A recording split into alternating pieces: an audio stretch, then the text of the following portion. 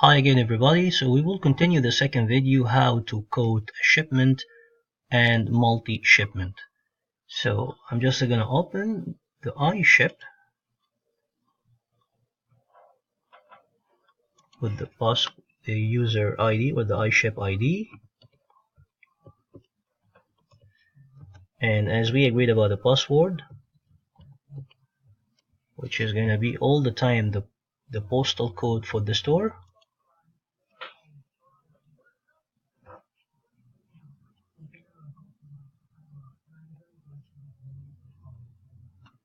And here it's loading.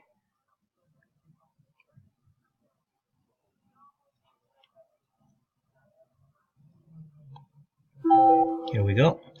And you notice when we discussed on the last video about the alerts, so we have one here which is giving you some information about what is going on in California, and this is gonna affect pickups or deliveries, so you just have to take it into consideration when you give a code to a client.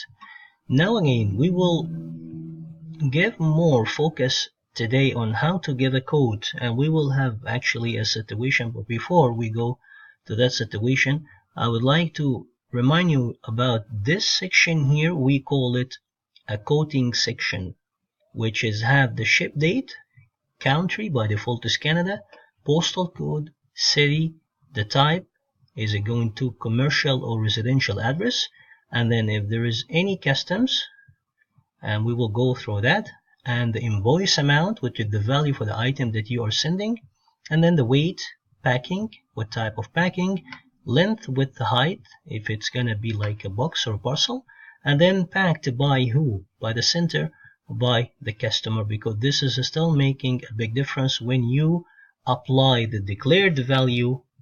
So this is very important.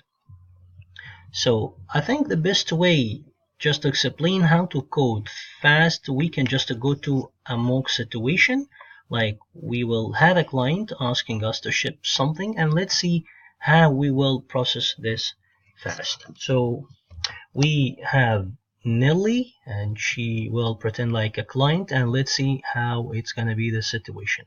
Hi Nelly, how are you? Good, how are you? Good. How can I help you today? I'd like to ship some documents to the States, and I would like to know what my options are, please. Definitely. So do you know the zip code at the States? Yes, it's 20235. Okay, is it Washington? Yes. Okay, is it going to business or residential? Business. Business, okay. Just give me a second. And then here you notice that I put documents only. The invoice amount for documents, I can just make like $10. So I'm just going to take the documents and put it on the scale. And it shows me less than a pound, so the minimum is 1 pound. And here the other packing, all the time it's going to be, because it's a documents, will fit into a letter, and then it's packed by the customer, and then get rates. Okay, so let's see the options that we have. I don't think it should take actually more than 5 to 10 seconds already to give you a code. Here we go. So okay, Nelly, you have the option to be there by tomorrow at 10:30. If you're interested, it's going to be for $57.11, and this is guaranteed by 10:30 tomorrow. Is it okay, or would you? Okay, that's the one I need. Perfect. Okay, here from this step you can just process this package. So right away, if you just click on process this package, it's going to take you to the shipping page, which is you will be able to insert all the information for the sender and for the receiver. So as well, it's giving you the DHL options here, which is giving tomorrow for 45:31 12 noon as a DHL, as well it's giving 10:30 for $7 cheaper than UPS. If you interested already to give your clients kind of like a very good price for the same service or level of service, 10:30 it's going to be the same as UPS for 10:30, but the difference is about $7. And as we all know, that DHL taking signature without fees, it's not like UPS, it's a $5.25, but the signature by DHL is free. Okay, so here you have all the express service level for documents, which is I do not recommend it to any of the UPS stores to send documents as standard. What does it mean? That means I do not recommend if you're just gonna go here, make other packing, and then just to put some dimensions for the letter and you send it as a standard. You notice when we just select Carrier Letter Express, it doesn't give any standard because we do not send documents to the States as standard service. Not recommended. It doesn't mean that you cannot do it. Yes, you can. It's going to be like 4 days as a standard, but I do not recommend. Actually, all the time recommended to have the documents as express. So let's pick something from here. If you just select the DHL and then process this package, it's going to take you right away to the page for processing a package. And as well, if you select the UPS Express, it's going to take you right away to the same page, process a package. Okay, I don't want to go to this page yet because the main target for me for this video just to give you the fastest way to give a code. So this is a code. If somebody with you over the phone, you can just give the code like in 5 to 10 seconds. Okay, I will assume like Nelly, she is sending not documents, she's sending like 2 parcels, and it's a 2 different weight and 2 different dimensions. Do you have 2 parcels or 3 boxes actually?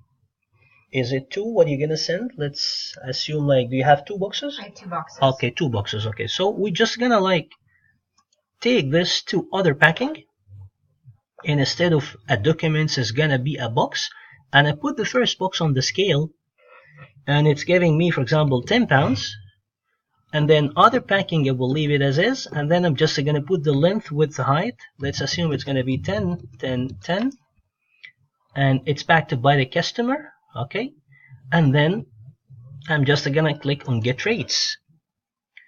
Somebody gonna ask, okay, what about the second box? How you will give me a rate for the entire shipments, like the 2 boxes? Okay, in this stage you have to enter the first box here, and then you will process the package based on the service that you select. Okay, and then you will enter the second box dimensions on the next stage. I'm going to show you that. So for example, you're going to ask the client, when do you need this boxes to be there? Is it like going to be express? Do you need it to be overnight, or do you need it to be standard, no rush? No rush, it can be standard. Okay, so in this case you're just going to select standard, and then you process the package.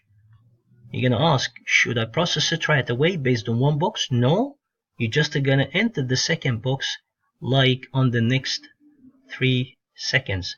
Here you're going to see create multi-package shipment. So you see here package info, you have only 1 box, 10 pounds, 10 by 10 by 10. So you're going to enter the second box over here. You have all of my packages are. Is it the same as the first package in the shipment? Or is it not the same? If it's not the same, if the 2 boxes not identical, then not the same. And then you're going to click OK. And then you're going to notice package info 2 of 2.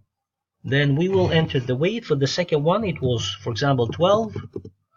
And it was 14, 10, 8.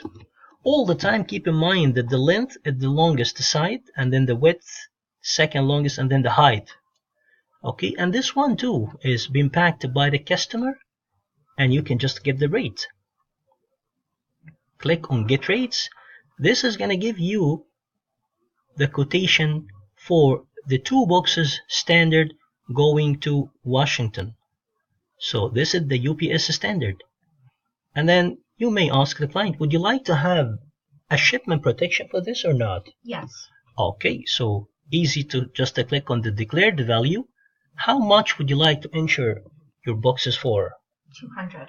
200 each box or 100 each box? 100 each box. Okay, in this case you just have to be very careful. Just gonna make 100 and another 100 for the first box. So you just have to select this arrow here, and then you're just gonna have to select the declared value and then put the other 100. So in this case you have to click on get rates again, just to have all the codes based on the UPS standard 6478, including shipment protection for the 2 parcels. Each one is going to be $100. Okay, We will continue in the next video. Thank you.